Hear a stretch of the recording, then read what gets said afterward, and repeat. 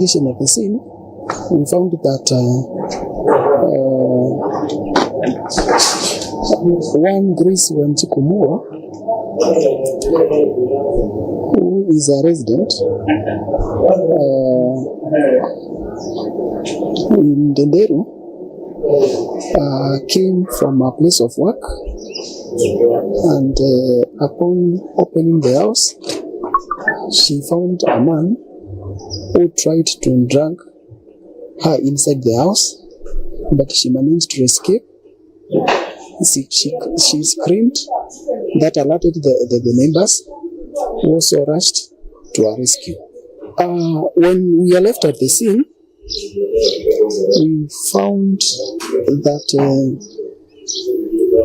one juvenile male and one juvenile aged roughly around 8 years was lying. The body was lying in a pool of blood, lifeless in a pool of blood, with a deep cut on the neck. We also rescued one female adult aged 19 years, who was taken to one of the private hospitals within Denderu, and thereafter rushed to KU Referral Hospital, where she is admitted in serious. Now, the opposition has asked the Kenya Kwanza government to stop meddling in the affairs and independence of the judiciary. Speaking after Azimio la Umoja One Kenya coalition meeting on Tuesday, NAK Kenya leader Martha Karua told off the executive about interfering with the mandate of the judiciary. The meeting was also attended by Azimio leader Raila Odinga and the Democratic Action Party of Kenya boss Eugene Wamalwa, among other principals. There's been a lot of speculation in the media. Azimio is splitting, Azimio is convening meetings which have not been held, and so on and so forth. That is all trash, media propaganda. The housing levy is a threat to livelihoods and incomes in the same way the plan to unilaterally sell public assets without the participation of the owners, who are the people of Kenya. We will stand in solidarity with the petitioners in the public interest litigation cases on these issues. Azimio stands for the rule of law and supports the need for an independent and professional judiciary.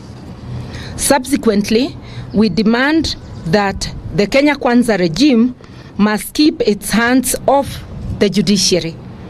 We take note of the support expressed by the United States government for the Ruto regime to appeal against the ruling on the deployment of police to Haiti.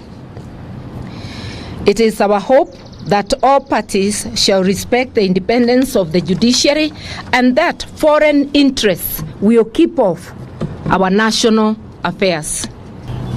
Azimio remains satisfied with its activities that were able to focus on the excesses of the Kenya Kwanza regime that has made life miserable for the greater majority of Kenyans. Because of Azimio's focus and steadfastness, the cost of living as a government-induced pain is understood to be a direct result of Ruto's policies and not only global environment or previous regime.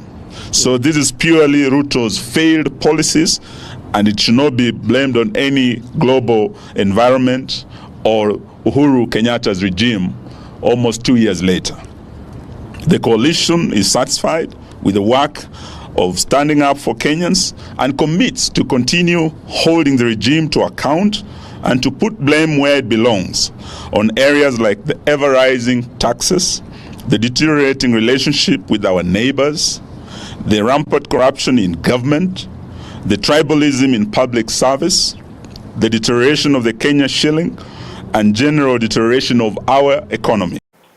The public hearings on the affordable housing bill will conclude this Wednesday with meetings in Nairobi and Mombasa counties. National Assembly's Joint Committee on Finance and National Planning and that of Housing and Urban Planning has been receiving views from Kenyans and other stakeholders since January 17th in selected counties.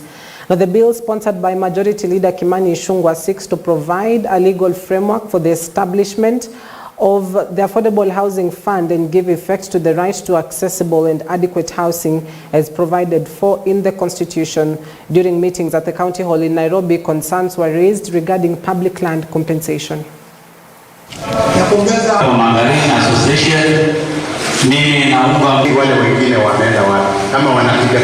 Jukumu ya serikali kuhakikisha kwamba raia wamekuwa sensitized kwa hii mambo ya masheria, so that wakati tunaenda kuongelesha hawa wanaongelea kitu yenye wanaelewa. Otherwise, kwa wale ambao wameelewa, wameipokea, wamesema ya kwamba wametoa maoni yao, na maoni yao tutaienda kuangalia, alafu tuone jinsi tutahakikisha kwamba imeappear in the law. One bedroom unainunua na 840,000 ambao bado iko ugali sana. 840,000 hiyo pesa iko juu kununua nyumba ya one bedroom. Wakiendelea kama wangeweza punguza ingekuwa fadhali. Ni mtu ambaye anaishi kwake nyumbani, then mtu kama huyu sioni itakuwa ni haki kwa yeye kukata ushuru. Ndio katiba inasema kila mtu awe katika mazingira mazuri, aishi mahali pazuri. Lakini already kama anaweza afford kuishi maisha mazuri, ni ya nini serikali ingilie kati iweze kunikata ushuru mahali ambapo mimi sina haja na hiyo nyumba? So we'll be talking a little bit more about that on the newspapers, as that is the headline on the Daily Nation, matters to do with the affordable housing plan and whether or not it is workable. Also, Kenya is at a risk of missing its economic growth targets in the medium term as the country faces severe debt distress and a deteriorating macroeconomic operating environment.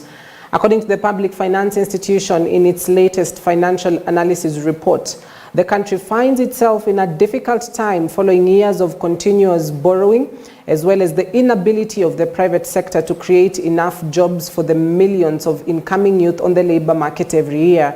The IPF further states that Kenya is facing a health funding crisis as major donors withdraw funding for malaria, HIV and AIDS and vaccines.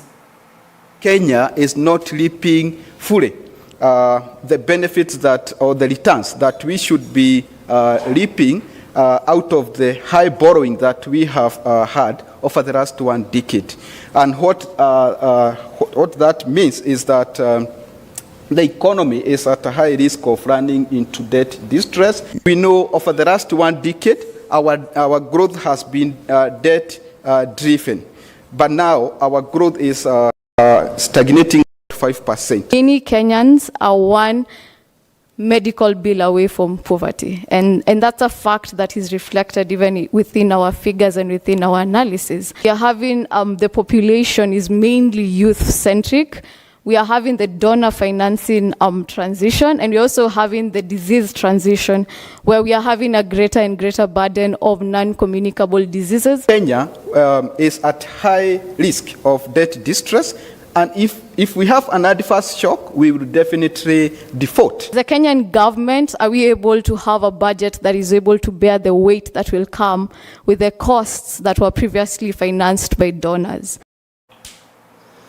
Now, Public Service Cabinet Secretary Moses Kuria has issued a warning to public universities that are facing a heavy financial burden.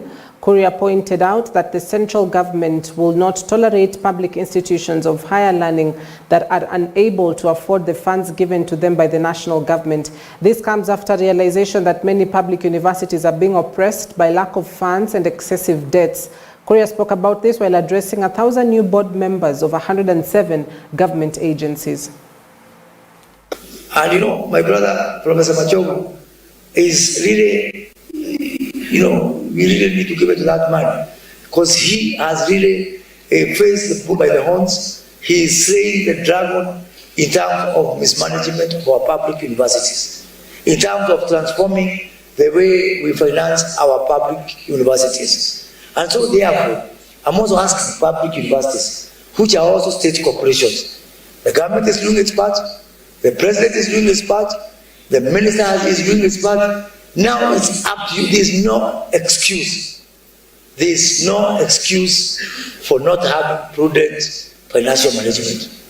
Through the new financing scheme for our universities, we are sure that our universities can be afloat. We are sure that our universities can break even. So they have got to call all the members from the councils, from our universities, and all of us really, to really put special emphasis on this issue of financial prudence.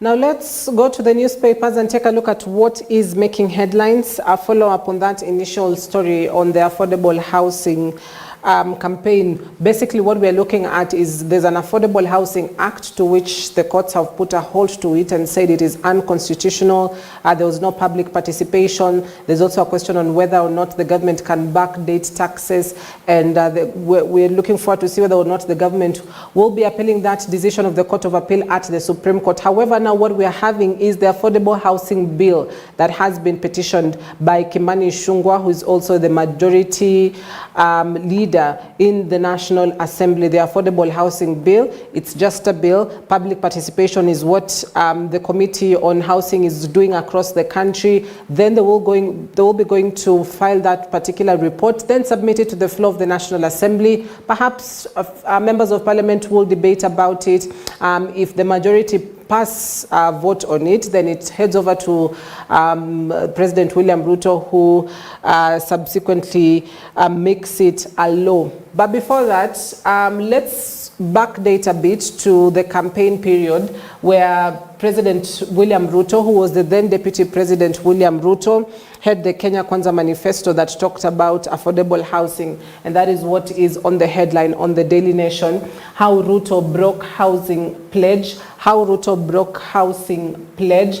Well, opposition to the levy in the new bill mounts during public participation, and it's a question on, is he shifting goalposts? Well, in its manifesto, that is the Kenya Kwanza government, the ruling coalition did not directly signal a levy deducted from workers' salaries to finance housing projects, and also proposed a modest contribution capped at 3,000 shillings per household each month to fund healthcare. But the state has now imposed monthly punitive levies of 1.5% and 2.7% on gross earning that have sparked public uproar. Now, remember initially the levy was to have a 3% deduction, to which a lot of people, sectors, quarters as well came out and opposed that particular 3%, which was then not mandatory. But now the 1.5% that we've now boiled down to is mandatory for every person that has got a pay slip in the country or that work in the formal sector. So that housing levy is what is capped at 1.5%.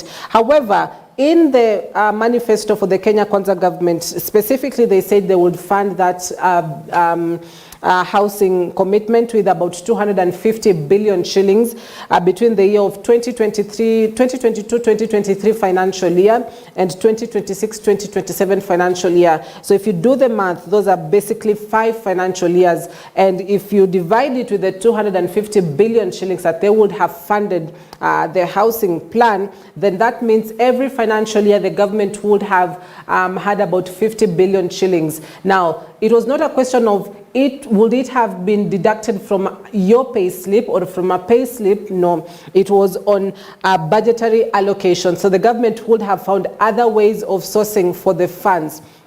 if you look at the latest development now, it goes against what they pledged during their manifesto, and that is why that headline reads, "How Ruto broke promise on housing fund."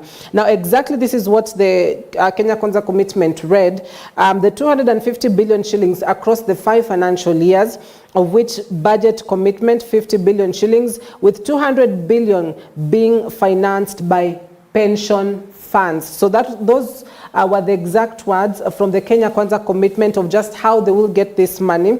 And assets under management currently stand at 1.5 trillion shillings, and other collective investment schemes, including diaspora bonds. So that is how they would have funded the housing pledge, from pension funds, and particularly assets under the management currently, which stand at 1.5 trillion shillings, and other collective investment schemes, including diaspora bonds. But now the ruling coalition, of course, has had to backtrack on that, and they've had to look for other ways to source that particular money, and that is directly from the Kenyan. And so as we speak, there have been deductions, I believe, since the month of August, September, that has been deducted from persons that have been earning from the formal settlement or from the formal sector 1.5% for the housing plan.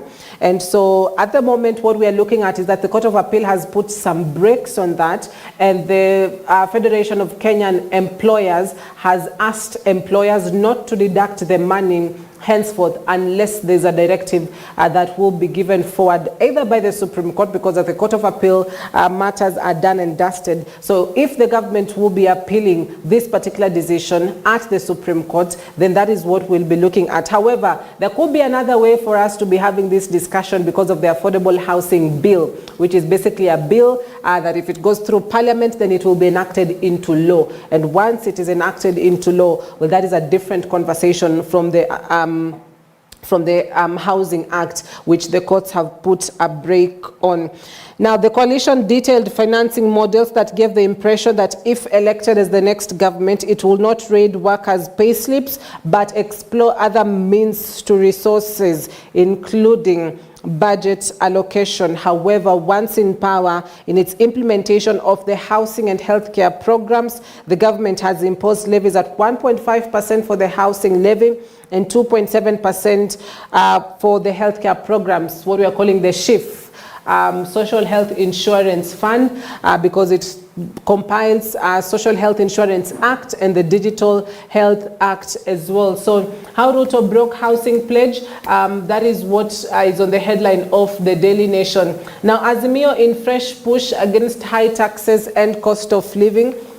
Azimio in fresh push against high taxes and the cost of living. It is a story that is on page 8 of the Daily Nation. Now, during a summit chaired by Raila Odinga, the opposition coalition resolves to explore other measures besides court action to press the government to address grievances like rising taxes, the weakening shilling, and the confusion in the education sector. Now, this is after they held their first meeting of 2024, where we at least saw all leaders present, including Kalonzo Musyoka was actually not present, including Martha Karua, Azimio leader Raila Odinga, Eugene Wamalwa, Wycliffe Oparanya. We also had the likes of Mwangi Wairia as well, who are present in that meeting, and Professor George Wajakoya. So Raila's new strategy to counter Ruto, they say the courts are the last line of defense. So court cases assigned coalition months over calling a fresh round of anti-government demonstrations to speak on matters, the high cost of living, whether or not the government has addressed that, matters of the increased number of taxes that are being imposed on Kenyans, as well as the weakening shilling. It says the government is yet to deal with that.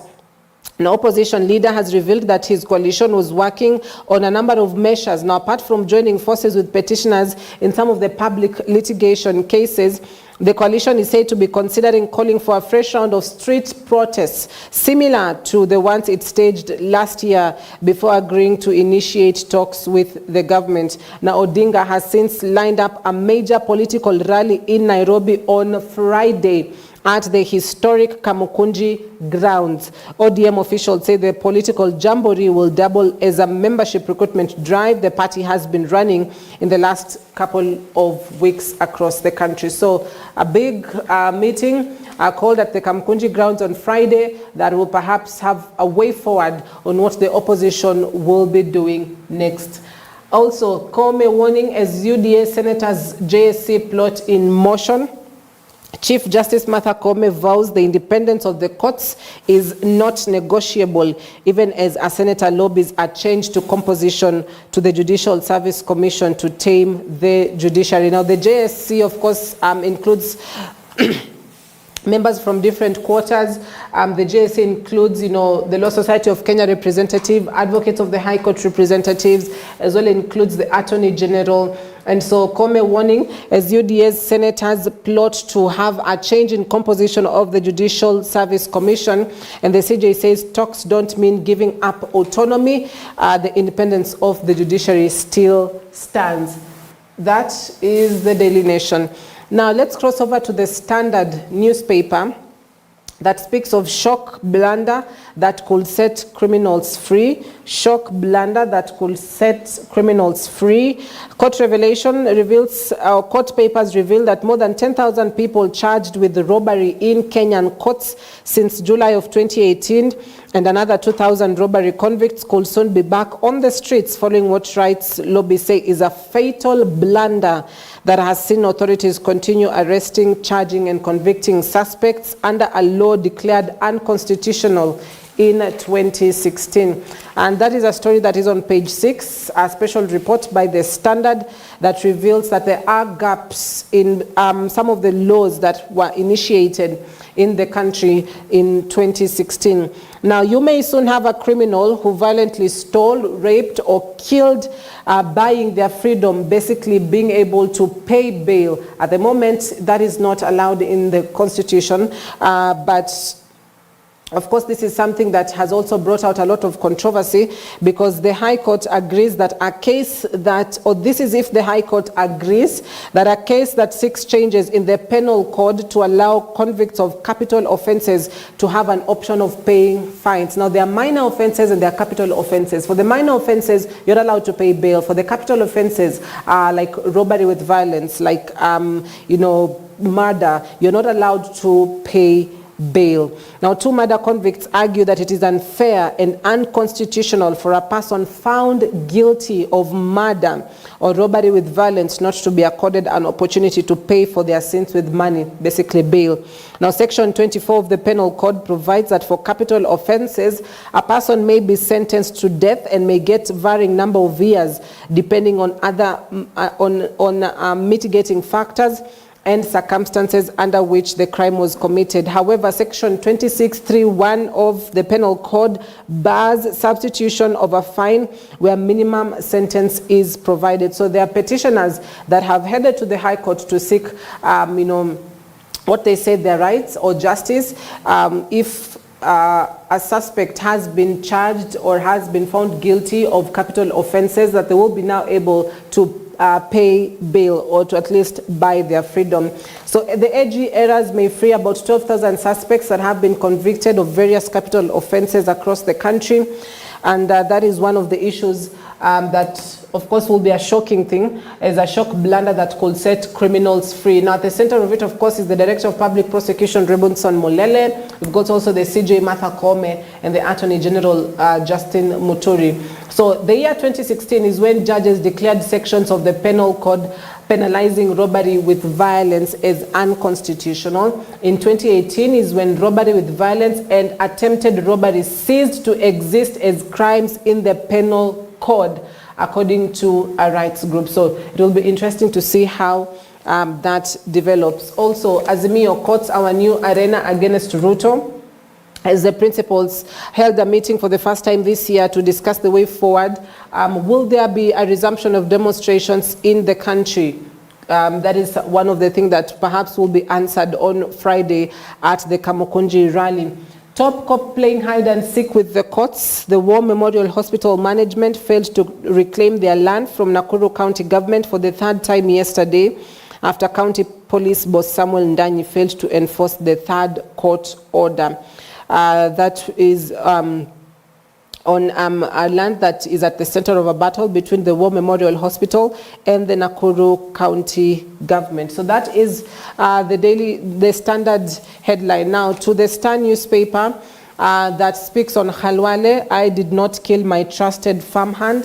Khalwale says he did not kill his trusted farmhand. Now, the Kakamega senator says he's not keen on responding to claims from unverified resources. Now, was it Monday when the senator had a case where one of his bulls, attacked and killed one of his farmhand, and to which he posted it on social media and said that it had to, sacrifice the bull to at least get it slaughtered after it killed one of the farmhand. However, reports now have emerged that he could have been at the center, which are just allegations. I need to pinpoint of, killing the trusted farmhand, to which he now says, I did not kill him.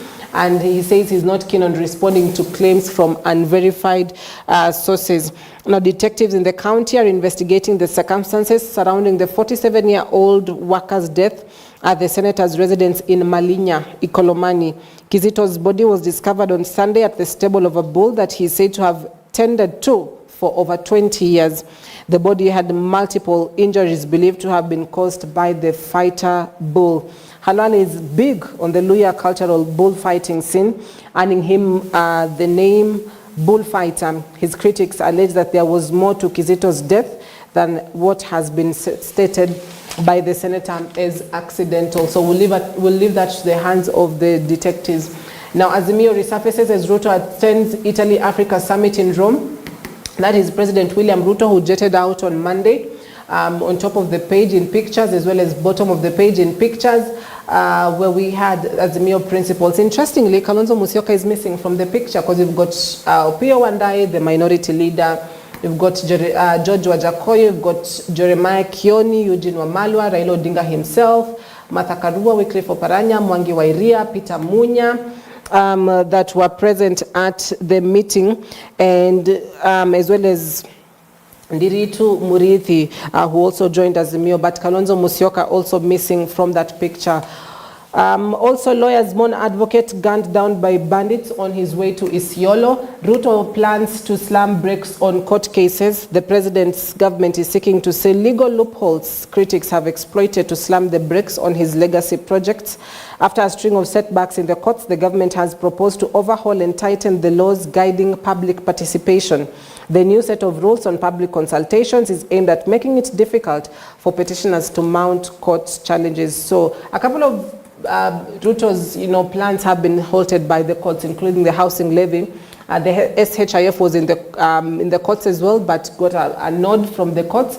We also have the chief administrative secretary positions, which were declared unconstitutional. The Haiti's deployment, which was also declared unconstitutional. So Ruto plans to seal those legal loopholes, as well as Wetangula Lords 30 MPs in new push for Luhya unity. So those are your headlines on the newspapers.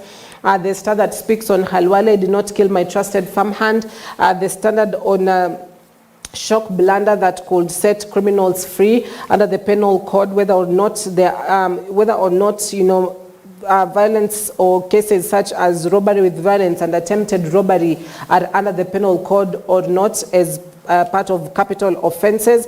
And there's also how Ruto broke the housing pledge from what he promised during the campaign period and what he's delivered after are two different things. So those are the headlines on the newspapers.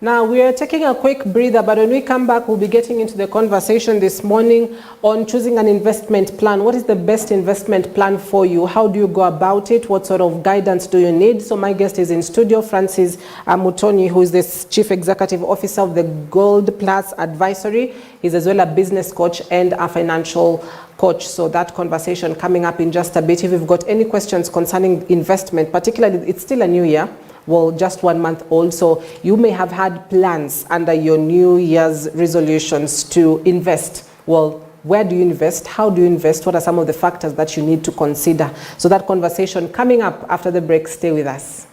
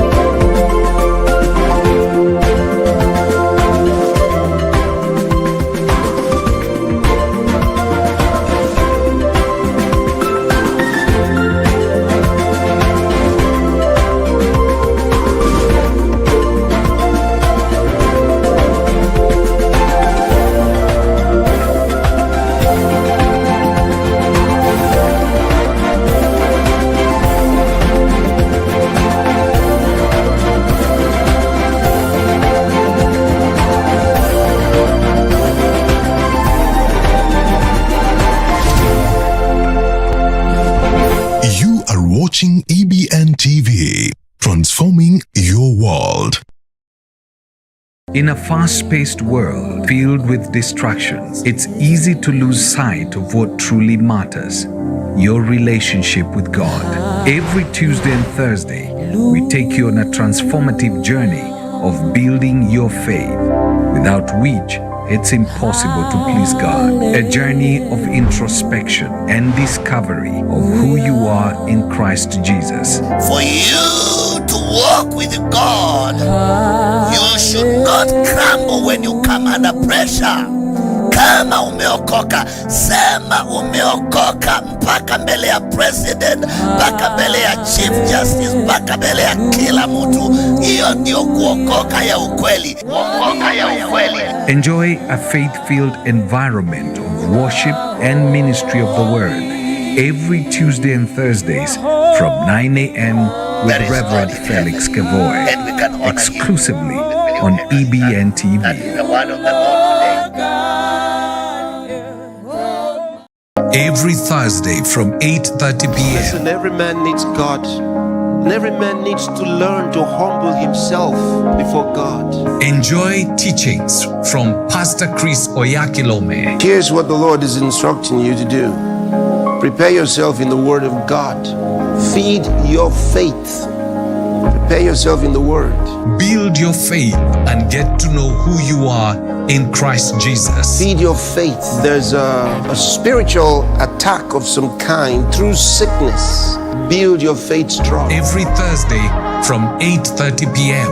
on EBN TV, transforming your world.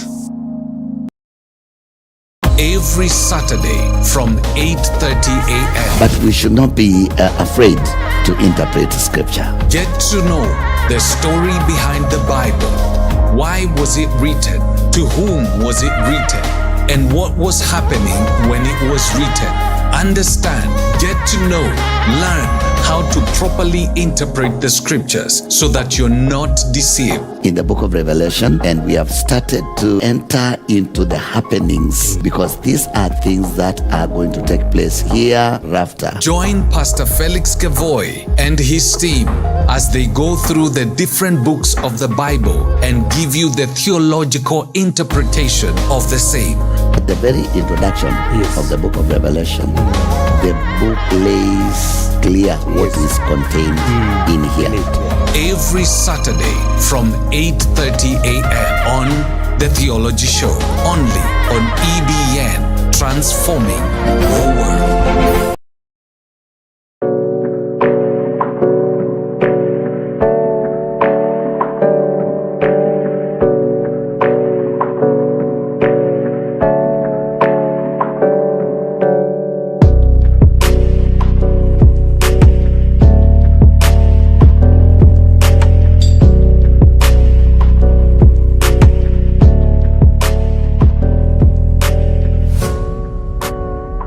This is EBN TV, transforming your world.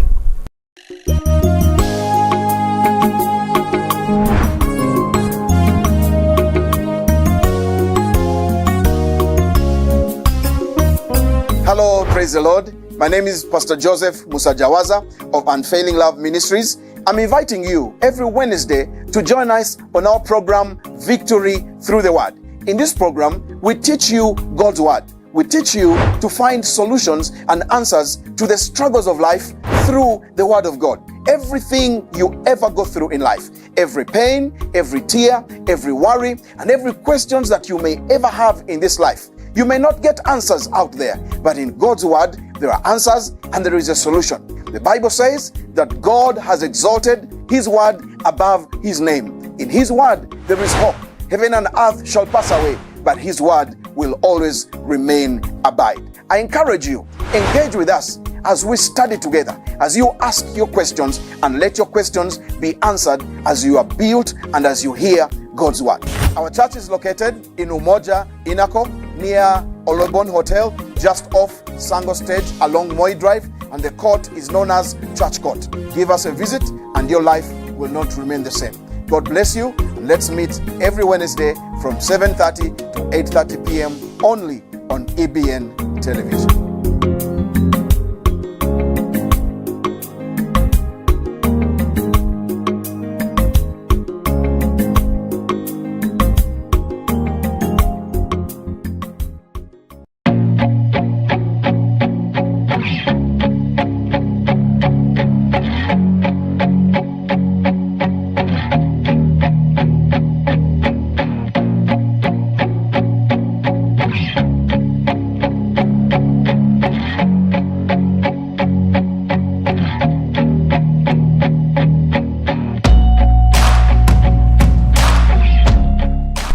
This is EBN TV, transforming your world.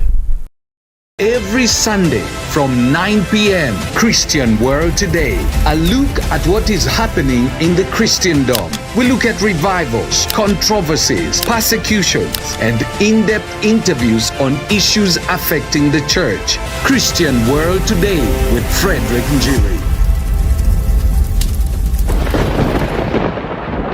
In a fast-paced world filled with distractions, it's easy to lose sight of what truly matters: your relationship with God. Every Tuesday and Thursday, we take you on a transformative journey of building your faith, without which it's impossible to please God. A journey of introspection and discovery of who you are in Christ Jesus. For you to walk with God, you should not crumble when you come under pressure. Kama umeokoka, sema umeokoka mpaka mbele ya president, mpaka mbele ya chief justice, mpaka mbele ya kila mtu. Hiyo ndio kuokoka ya ukweli. Kuokoka ya ukweli. Enjoy a faith-filled environment of worship and ministry of the word every Tuesday and Thursdays from 9 a.m. with Reverend Felix Kevoy, exclusively on EBN TV. That is the word of the Lord today.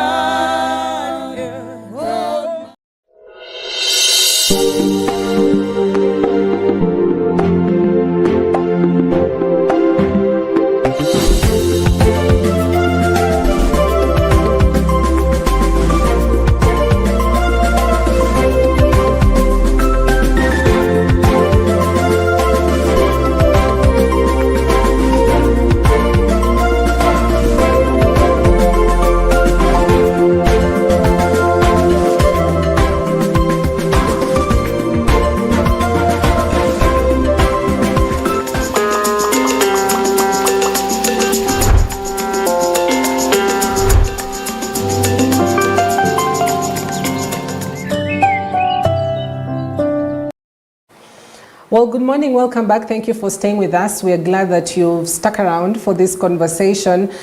This is Morning Live. Watch us across our social media platforms on EBN TV. Our feedback line is 23059. Now, we're about to get into a conversation on finances, and in particular, we'll zero down to investment.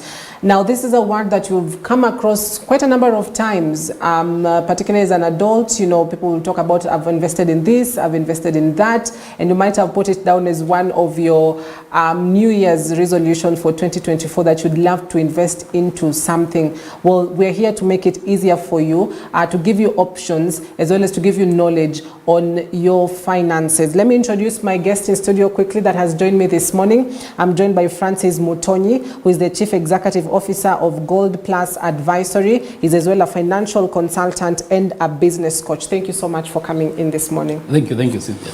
Right, now, a lot of people might have come across this quite a number of times as adults, and unfortunately for us, you know, our basic education does not really give us more on finances or financial knowledge. So to start us off, what is investing to begin with? Okay, thank you, Cynthia. So as you have said, my name is Francis Mutonyi. Yes. I'm the CEO of Gold Plus Advisory. Yeah. Financial consultant or financial coach, yeah, and also a business coach. At Gold Plus, we offer financial literacy training, that is financial management training, yeah, to groups and even individuals, so that they can manage their finances well and achieve their goals. Now, to answer your question, so what is investing? Yeah. So investing basically means putting your money in an asset that gives you a return. Yeah, so most of the time you realize that you have money, you can save. Let's say, for example, you can save, but it is not giving you any return. So investment is putting your money somewhere that can give you a return. A return. Yeah, so as simple as that. Yeah. It basically doubles your money, for lack of a better word. It will double. It can double. It can give you it can triple. Or it can give you a certain percentage, and even it can give you a very minimal, or it cannot give you. Sometimes it doesn't give a return. But when you're investing, your objective is to get a return. To get a return. Yes. Right. Now, for someone to invest, they must have some source of income, or at least they must have money that, you know, they will be investing into something. So perhaps you can do that check and balance, because somebody would want to save, somebody would want to invest, somebody would want to pay debt, somebody would want to do so many things, as well as survive actually on a day-to-day basis with something that they eat. So before you make that decision to invest, where should you start from? So before you make that decision to invest, the first point you should start from is knowledge. Knowledge is very important when you're investing. Yeah? So where you invest in knowledge, like what you are doing, or you attend classes, or you read books, or you browse online and understand what is investing and what are the options that you have. So we say, there is a famous quote that says, investing in knowledge will give you the best return. Yeah? Sometimes people invest in things they don't understand.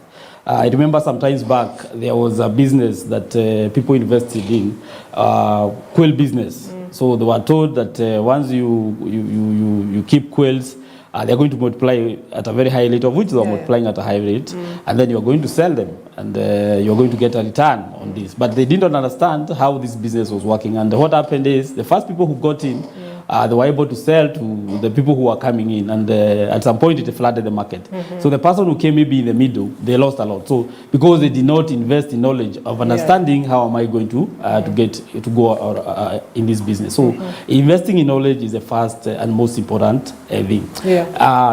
Then objective, or the goal that what do you want to achieve in life? What is your personal goal that you want to achieve? So that is a basic thing. So there are people who want goals. They want to build a house.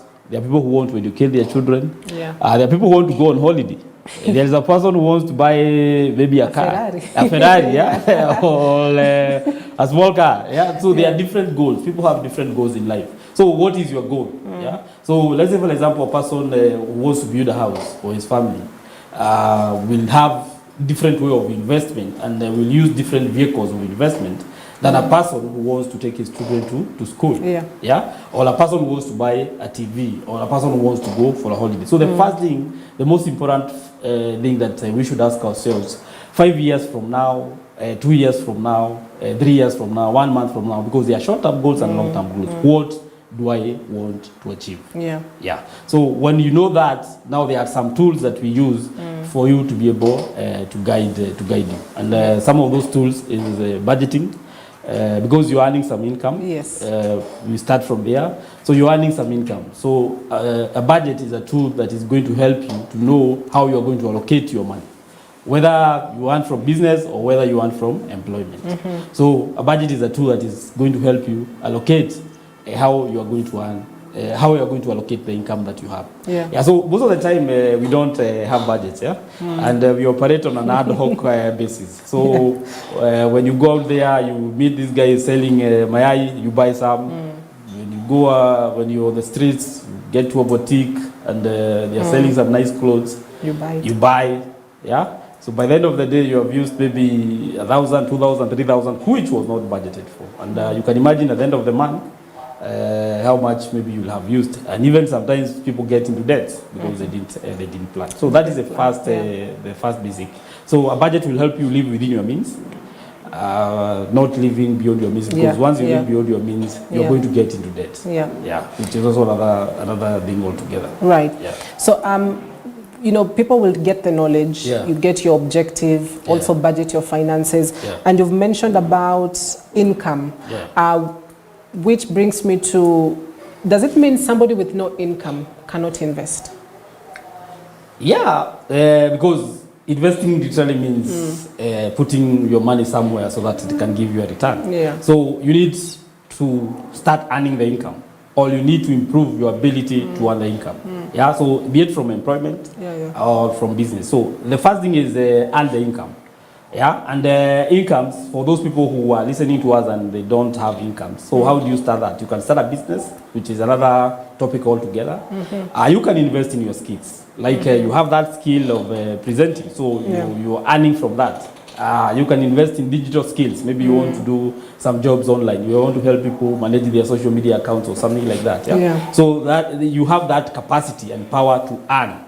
You can network with people who are doing way better than you, and they can show you which paths they are using. They can mentor you and maybe give you opportunities to earn income. So you can use all those things, maybe investing in your skills or upgrading if you have a skills. If you upgrade, that means you have better opportunities that maybe than the people in the sphere you are in. So once you earn your income and now you budget it, so make sure that you budget that income so that in the budget, you know what is going to what.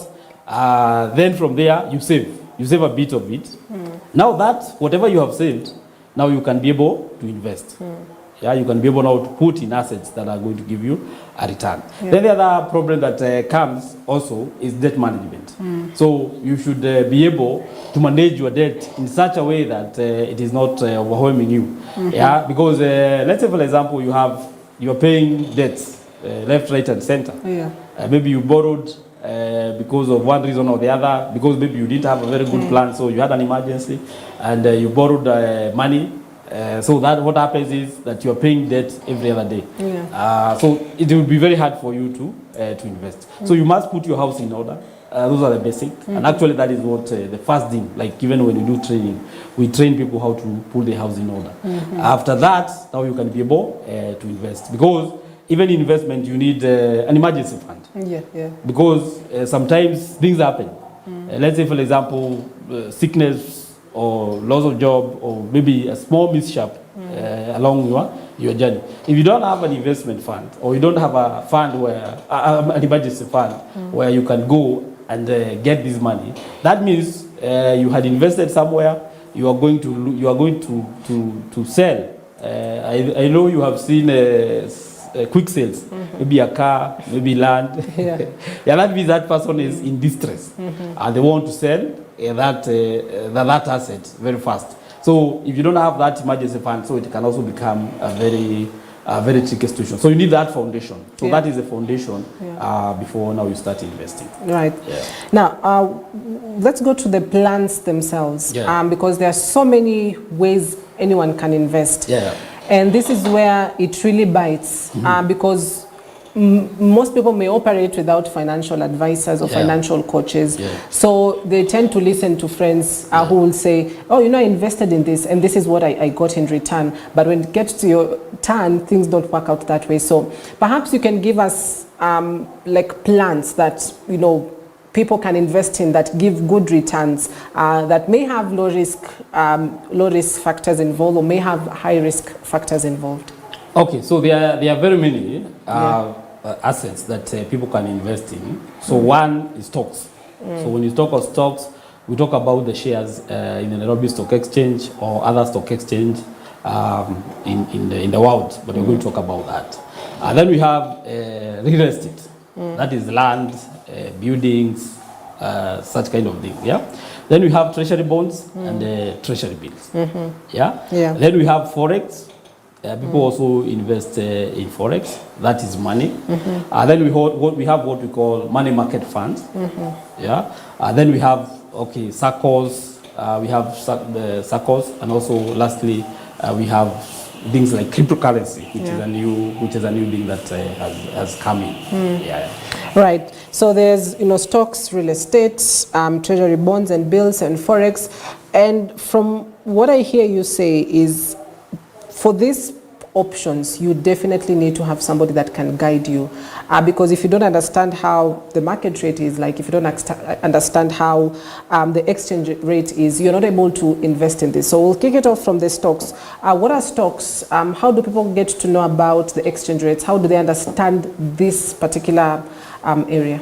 Good. So as we have said from the beginning, is the objective. What do you want to achieve? Yeah. So what is your goal?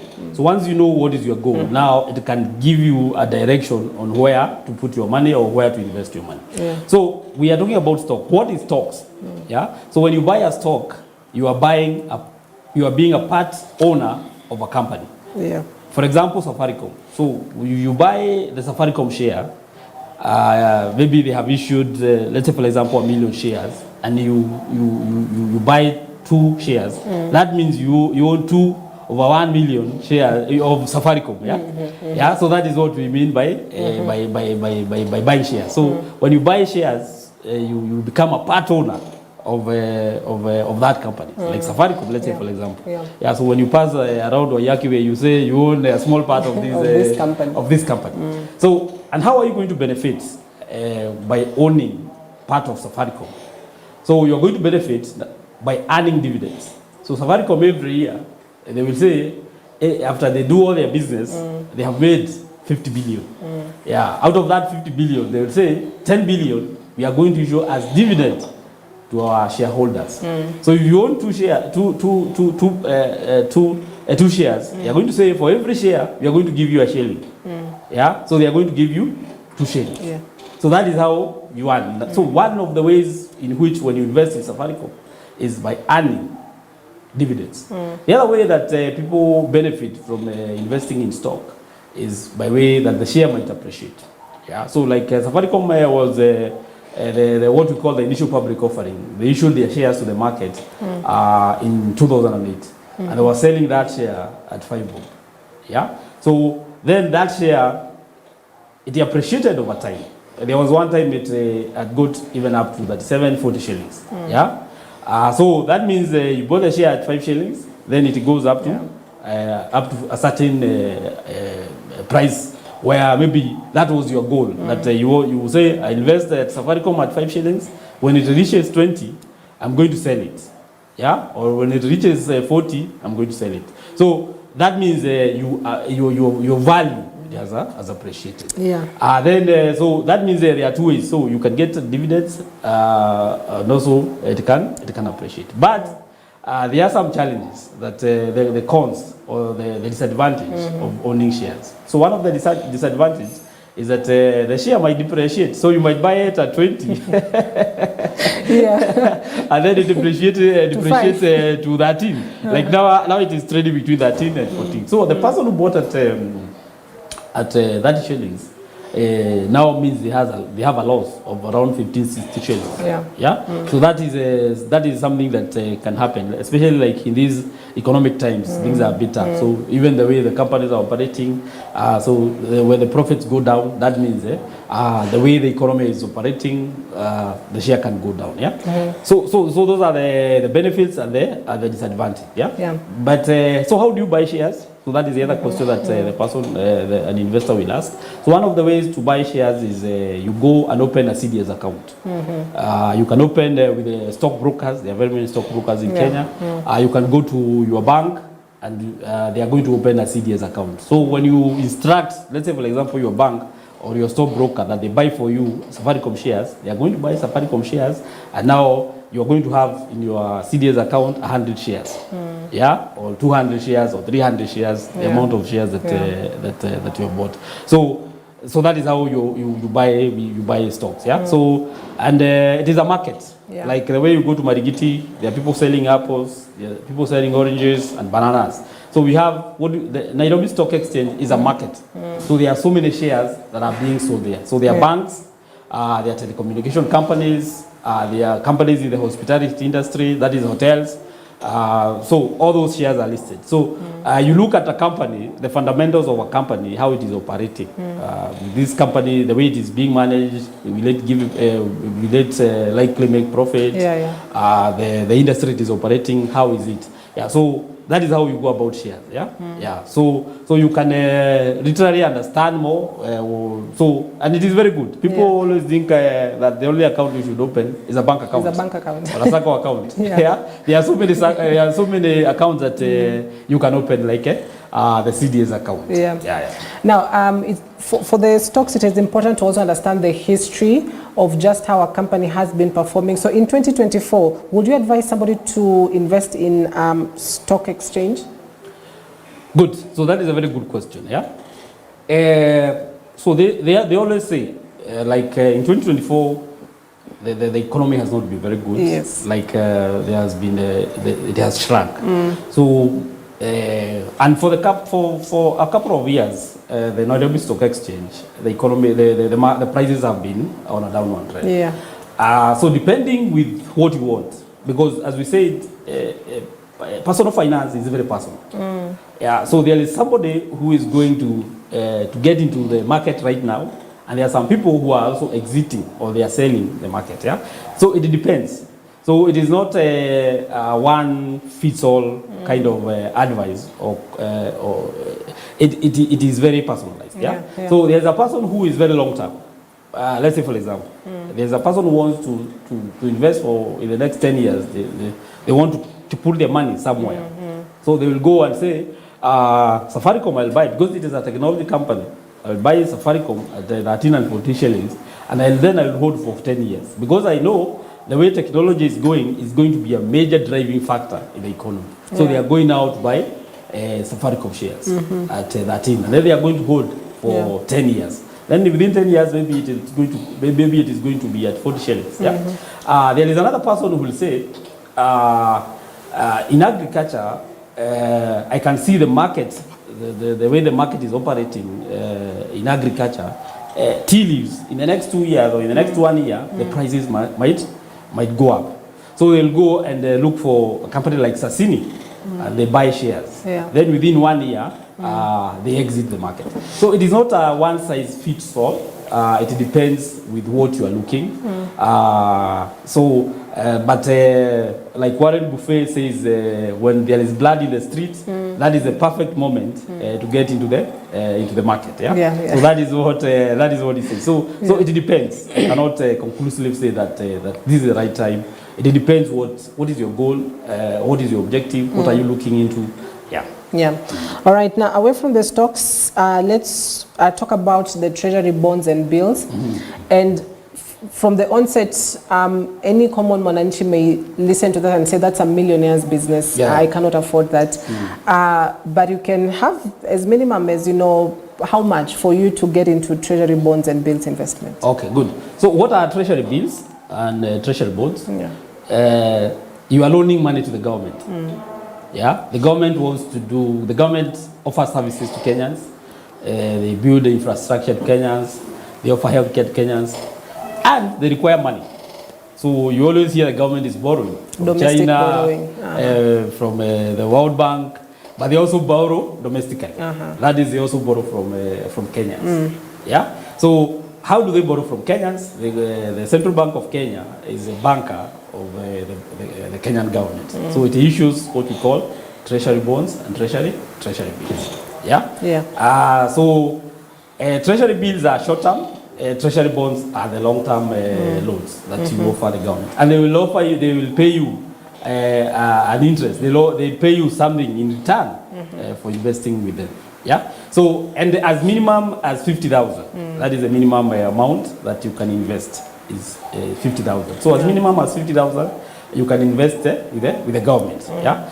For the treasury bills, they are like 3 months, 6 months, 9 months, 12 months. So that means every 3 months you can invest in treasury bills. So you open a CDS account with the central bank, and you can go even to your bank and open a CDS account, and you can open directly from central bank, and you can even open it online. Yeah. So once you open these accounts, now you can be able to be investing when the government floats, because every other month you hear the government has issued a treasury bonds, has issued treasury bills. Like currently, they are giving you a return of 17% for the treasury bonds. So that means if you invest 100,000, at the end of the year, you are going to get 17,000. So if you invest 1 million, at the end of the year, you're going to get 170 million. And the good thing for treasury bonds, you are paid 2 times in a year. Yeah. So you'll be paid, like for example, you can be paid in June and also in December. Yeah. Yeah. So you'll be paid depending at the point at the time when you invested. Yeah. So if you invest like in December, so you'll be paid in June and in December every year. So if you invest 1 million, that means you'll be getting 170 up to the maturity. So if it is a 10-year or a 20-year treasury bond, every 6 months you get your pay. Every 6 months you get your pay. You get for the pay. 10 years. For the 10 years. Yeah. Yeah. So it's like you're getting a salary from the government. From the government. Yeah. So literally, it's like you're getting your salary. So there are some people even who invest in different treasury bonds. So and you can even invest the whole year. Like if there is a treasury bond that is being issued in January, you invest. If the treasury bond is being in February, you invest. So that person will receive every month interest from government. So basically like a salary. Yeah. And then at the end of the 10 years or the 20 years, they give you back your money. Yeah. So you earned all these interest that.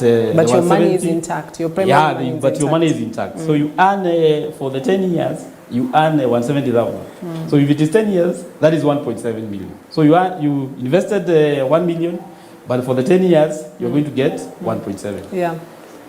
Now, it sounds like a good deal.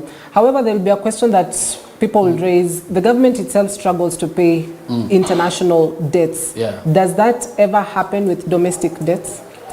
Good. That is a very good question. Yeah. So they say that bonds are one of the low risk investment, because when you talk about investing, there is risk. Yeah. So yes, it can happen, but it rarely happens because the way the government operates, it has to borrow money every other time. Yeah, it cannot operate without borrowing money. All over the world. Yeah, all governments, that is how they operate. Every other time they have to borrow. They have to borrow. So if you are like a person and you rely on borrowing money, that means you must keep your reputation very good. Because if in your village or in your area you operate with loans, you cannot afford not to pay Cynthia. Because Cynthia is going to tell other people that this guy does not pay. So what will happen? The other people will not even trust you. Yeah. And remember, for you to survive, you need to be borrowing every other day. Yeah. So they are going to say when they see Cynthia, they are not going to lend to you. So what will happen? Your economy is going to crash. Yeah.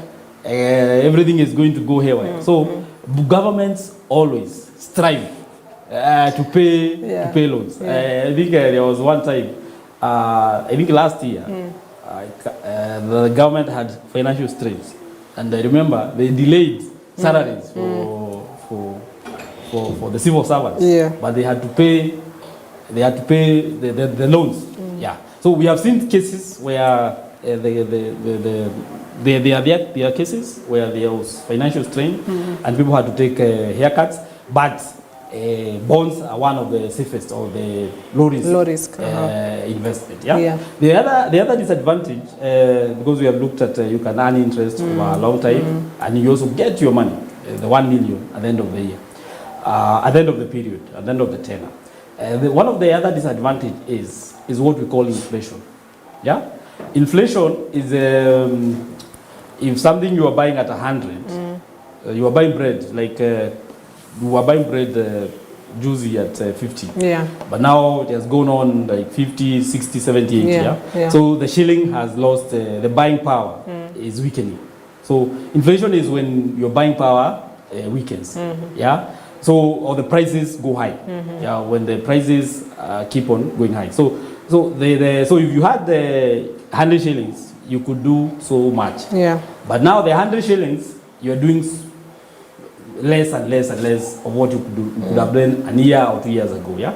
So a million like 10 years ago, what you could have done with a million 10 years ago is not the same. It's not what you can do now. It's not what you can do now. So the inflation keeps on rising very much. That means that is a risk. You are losing value of your money. Oh yes, yes. Yeah. So you are losing the value of your money is depreciating. So that is one of the other disadvantage of bonds. Yeah.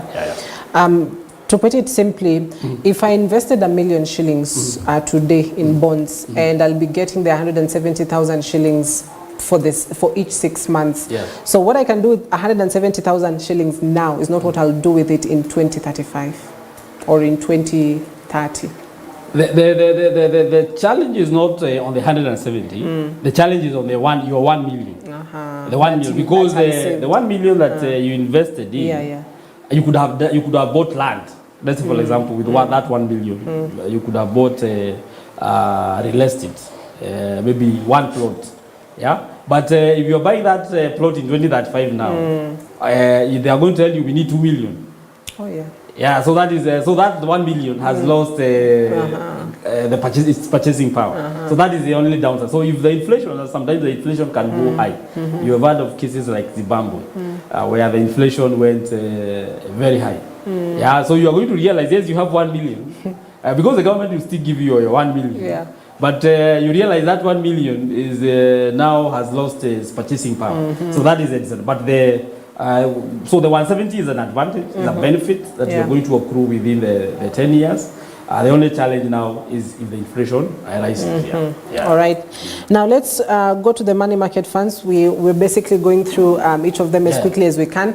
Now to the money market funds, does it as well involve a CDS account? And what exactly is money market funds? Good. So money market fund is mostly there for short-term investments. Yeah. They are still accounts, the money market fund accounts. So there are companies that offer that. Yeah, so they are mostly insurance companies and investment banks. Yeah, so when you go to them, they are going to open a money market fund for you, and you are going to invest as little even as 1,000 shillings, where you keep your account.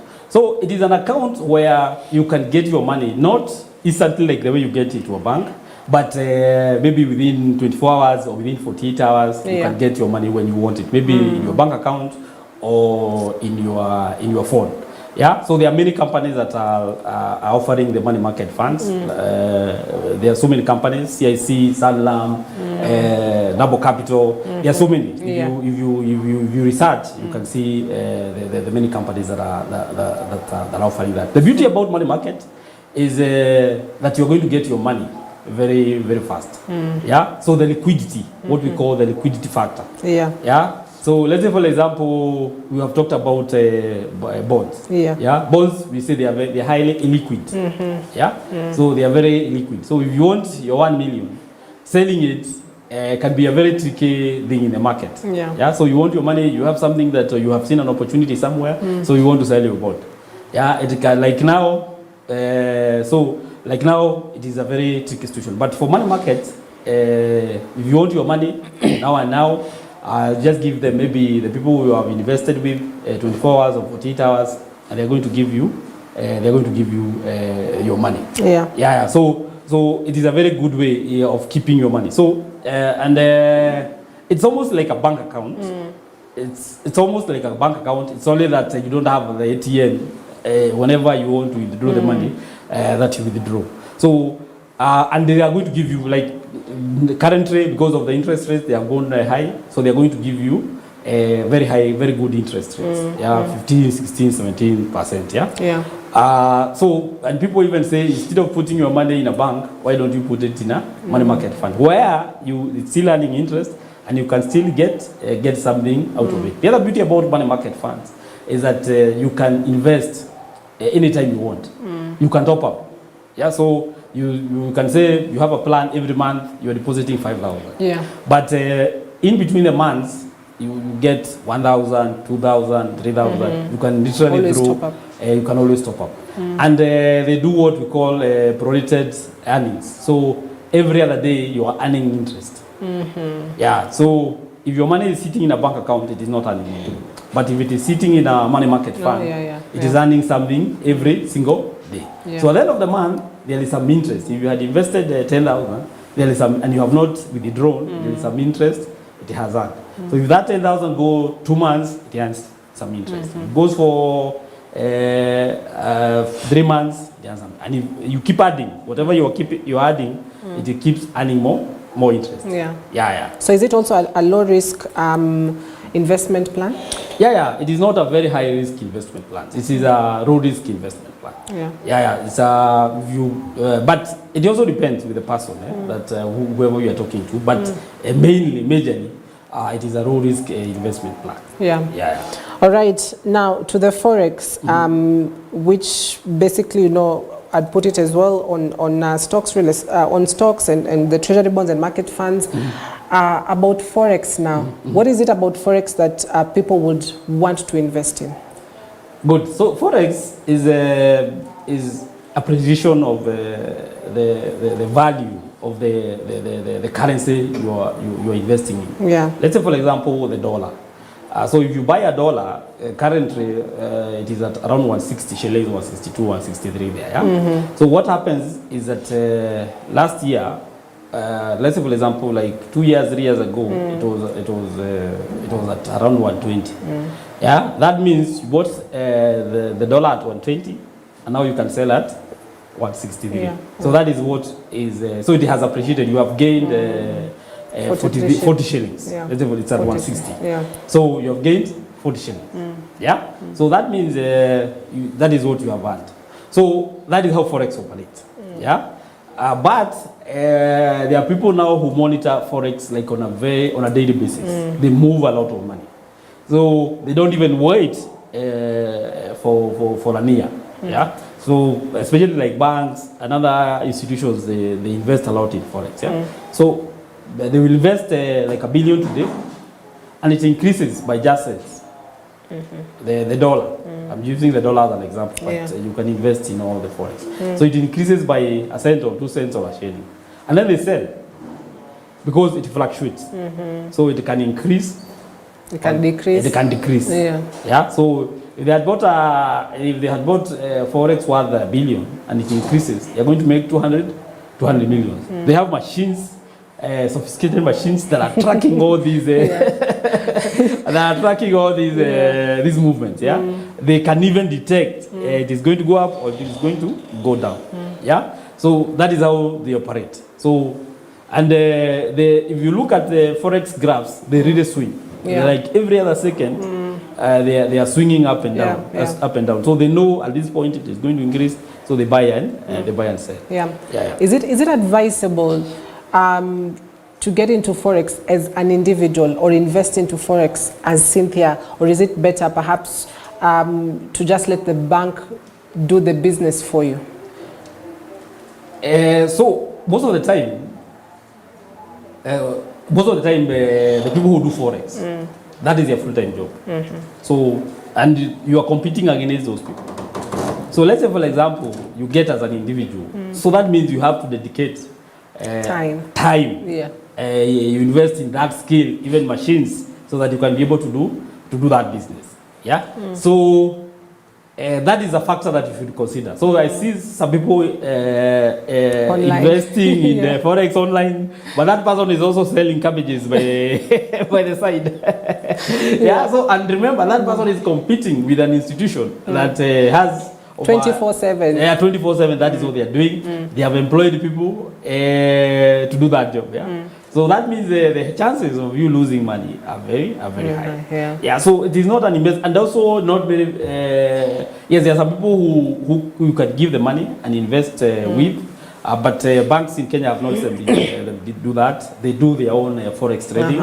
Yeah, so it is that is one of the investment that we will say is a very high risk investment. Although people say that high risk, high returns, but it's one of the investments that is very high risk. But for people who understand it, for people who are able to do forex trading and they dedicate time, the chances, because you are increasing your chances of success, are also high. All right.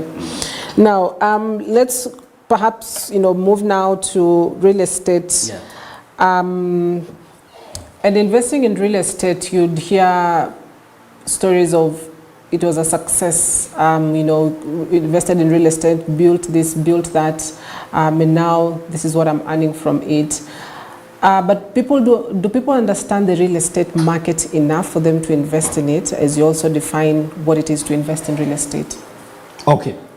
So real estate is another way of investing, which has been practiced for a very long time. And real estate is buying real estate, get land, developing it, maybe buildings, and renting it out. Yeah, so there are different ways in which people earn from real estate. Yeah? So for real estate, there are people who trade. Yeah, so they buy land and sell, buy land and sell. So there are those, even you have seen them, there are very many companies in Kenya currently that do that. They buy and sell. Yeah, so they are getting these margin. It's almost like the way you buy shares and sell. Yeah, yeah. So they buy, sell, buy, sell, buy, sell. Yeah. So that is one way. Yeah, there are the other people who buy, develop, then they earn interest, and they earn rental income. Yeah, so they'll buy, develop, and then they'll be earning some rental income. Yeah, and then there are speculators, people who buy land. They know a road is going to pass here, like people bought along the railway line, and then they say once the railway line passes here, this land is going to appreciate. Those are speculators. Yeah, so they say we are going to buy along the railway line. Once the railway line passes here, of which it didn't happen. Yeah, so it is unfortunate. Maybe some areas, but some areas did. Yeah, so those are speculators. Yeah, so real estate is also a low risk investment. Yeah, yeah, because so if you understand and you do your due diligence very well, because in Kenya there is also issues with land. Some people, there are some cartels and some corrupt people who corrupt the process. Yeah, but if you do due diligence very well and you buy the right place, it is a low risk because you're going to be given a title deed. Then you develop. It is a low risk investment. Yeah. And the only thing, the disadvantage about real estate is very highly illiquid. Yeah. So if you will be requiring your money, let's say for example, in a year's time, and you go and buy, you have 1 million, and you go and buy land worth 1 million. Finding a buyer sometimes can be a challenge. So you go to the market, you try to sell your land, and you cannot be able to sell it. Yeah. So it is a highly illiquid asset. Yeah. So but also the good thing about real estate, it is also a very long-term play.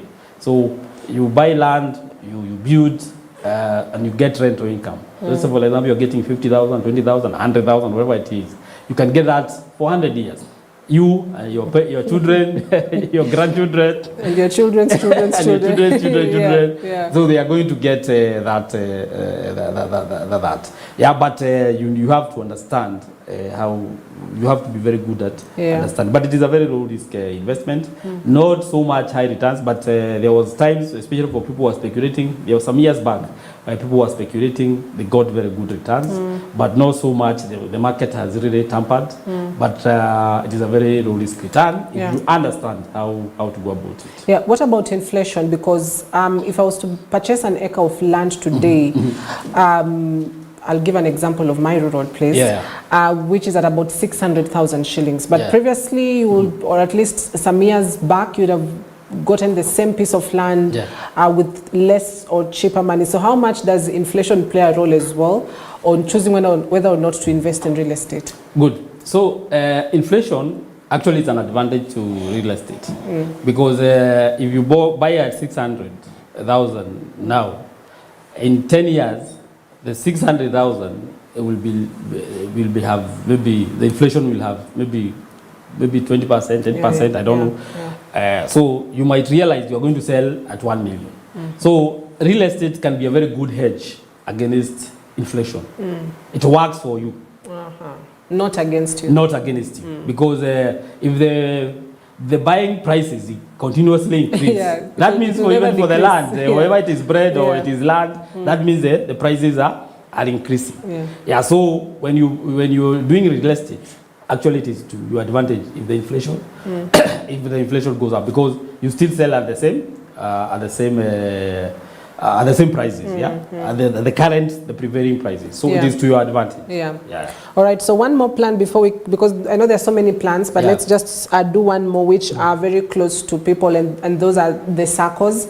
And a lot of people would say, you know, I'm in this SACCO, I'm in that SACCO. We've also had cases where people put their money in SACCOs and the SACCOs go rogue as well. Perhaps as you speak on that, also speak on why one would go for SACCOs contrary to investment banks, and where does the line draw on the differences as well? Okay, so for SACCOs, they are investments, but you cannot really classify them as 100% investment. But there are some bits of SACCOs where it is an investment. Like for example, when you invest in the share capital, because in SACCO, when you go to the SACCO, there is what we call shares. You buy the shares. So if you join EBN SACCO, let's say for example, I don't know if you have a SACCO here. So one, they are going to tell you, for you to be a member, you have to pay 10,000 as share capital or 20,000 as share capital. And then you are going to be buying shares every other month or whenever you want. So the share capital is like the registration, what we would call like registration. So that share capital can be 10,000, 100,000, 200,000, and that is where the investment bit comes in. So this share capital, you are going to be earning, let's say for example, 10%, 20%, 15%, mostly the range 10, 12, 13, 15%. So that now you'll be earning something out of that every year. And also the shares that you buy. So you buy 10 shares at 2,000, so that is 20,000 investment or 100,000 investment. So you also be earning interest from those shares. So that is how you earn from the SACCOs. The beauty about it, when it comes to shares, you are going to get loans against those shares. So you are going to be getting times 3. Most SACCOs do times 3. So you have bought 100,000 worth of shares, so you can get a loan of 300,000. And on that 100,000, you're also getting interest.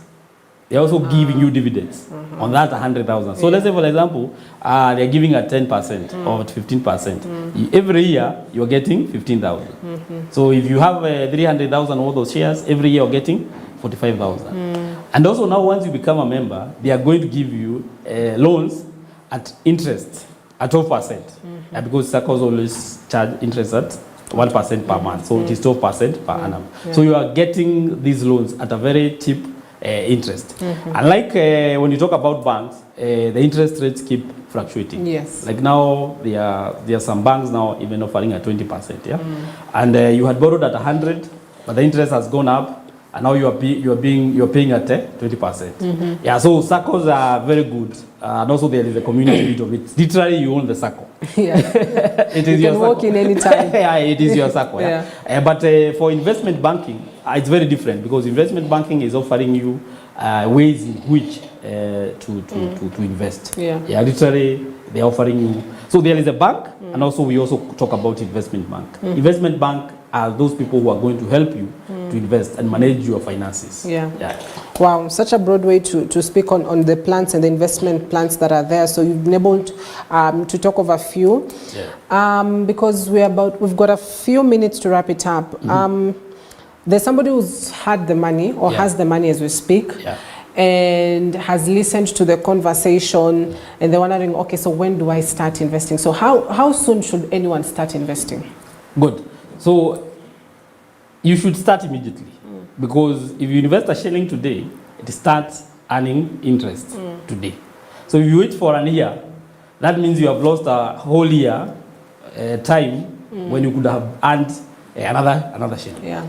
So once you know what you want, once you have your objectives clear, you should start investing immediately. So the earlier you start, the better. And you realize the more you are in investing, the better your returns are going to be. Right. I almost forgot one thing, Francis, on digital assets. By the way, are assets an investment? You know, when somebody says, oh, I own a piece of land somewhere, or is that an investment that they made, or is it a property of their own? That is an asset. That is a class of assets, And that is why we have said, like, we've talked about shares, it's a class of assets. Bonds, it's a class of assets. Land, it's a class, or real estate is a class of assets, So that the asset is what you own, Like if you own, that is an asset. Right. Now that brings me to digital assets. We see so many, how would I put it, apps and markets that are digital that come about day in, day out. Somebody says they do cryptocurrency, somebody says they do Bitcoin, and all other examples. Maybe you can speak on that, on whether that's, if you'd advise someone to go for digital assets, basically. Good. So digital assets, like cryptocurrency, is a form of asset, as you have clearly stated. And what is cryptocurrency? Cryptocurrency is money, but in digital form. Literally like the way Kenya shillings, but now in digital form. So what is the difference between the Kenya shillings and the crypto? The Kenya shillings is issued by the Central Bank of Kenya. For the cryptocurrency, it's a digital money that has been created by many people. So it is a digital money. It is not created by central bank. It is created online through technology called blockchain. It is distributed through a technology called blockchain. So nobody owns cryptocurrency. There is no regulator. There is no regulator with cryptocurrency. So, and one of the things that we talk about investment is issues to do with risk. So, let's say for example, like when you talk about you're investing in a money market fund, it is a regulated investment. So we have the Capital Markets Authority, which regulates these money market funds. When you talk about stock exchange, the Nairobi Stock Exchange, it is also regulated by the money market fund. So if you invest in a bank, maybe a fixed deposit, it is regulated by central bank. For cryptocurrency, nobody regulates it. It is the community, it regulates itself. So, for example, if you have an issue with your money market fund, you will go to the capital markets office, write them an email, and complain to them. But for cryptocurrency, you don't have an office. You can say that this person has and have an issue with this person. So it is regulated by the community. So you don't have that. So that is the risk aspect of it. So what happens is so money is usually a value of exchange, an exchange of value. So if I want to buy a clothing, I go to that person and I pay them using the Kenya shillings. But now people have also converted it as a form of investment, as an asset, because money appreciates. The same case with cryptocurrency. Literally, it was meant to bypass the central governments and the central banks around the world.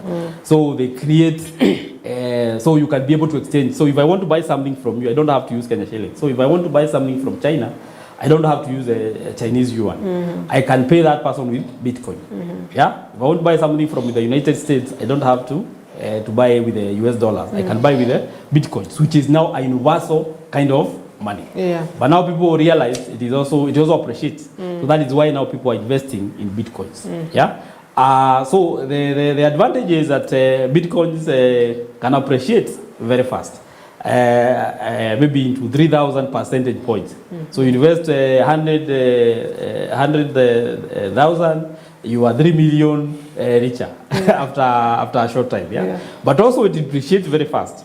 They can come from 3 million back to 100,000 or 50,000. Yeah. So the fluctuations are very high. Yeah. Yeah. So if you are a person who is suffering from high blood pressure, that's not for you. Yeah, that is not something that you would want to invest. That is why we are saying investing is very personalized. Yeah. And one of the things that you should do, understand the investment you're getting into. Because even in all these investments, there are some corrupt people who are out there to get money from other people. So you might think you are investing in something. You have seen even like in real estate. There are some very corrupt people who come, say they are selling land, and then down the line, it was just fictitious land they were selling. Yeah. So understand. That is what is most important, what you are getting into. And as we started, we said, investing in knowledge, understanding fast, that will get you the best rate of return. Yeah. So, Francis, I'll give you an opportunity to have or wind it up with a few words as well as speak about the Gold Plus advisory for somebody that is just tuning in just a few seconds. Good. Yeah. So, Gold Plus advisory, we offer financial education and offer financial planning for both enterprises, that businesses, and also individuals. Yeah, so if you're running a business and you would want somebody to work with you, matters concerning business, financial analysis, financial planning, financial modeling, we can offer that service. So that you have a partner, trusted partner that can support you. If you are an individual, we can also offer that personalized coaching, consultation, to you to be able to understand your money very well. And also even in institutions like circles, churches, schools, or corporate institutions, we also offer training for their staff or their members or their groups on financial management, on matters business and also on matters financial management. All right. Thank you so much, Francis Mutonyi, the Chief Executive Officer of Gold Plus Advisory.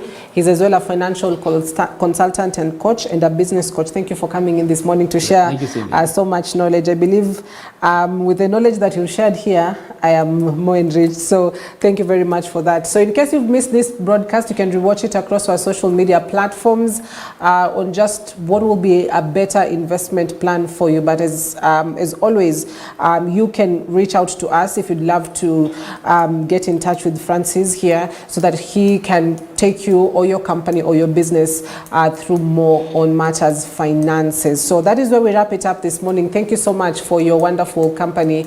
Do enjoy the rest of your broadcast. I'm Cynthia Nanjala.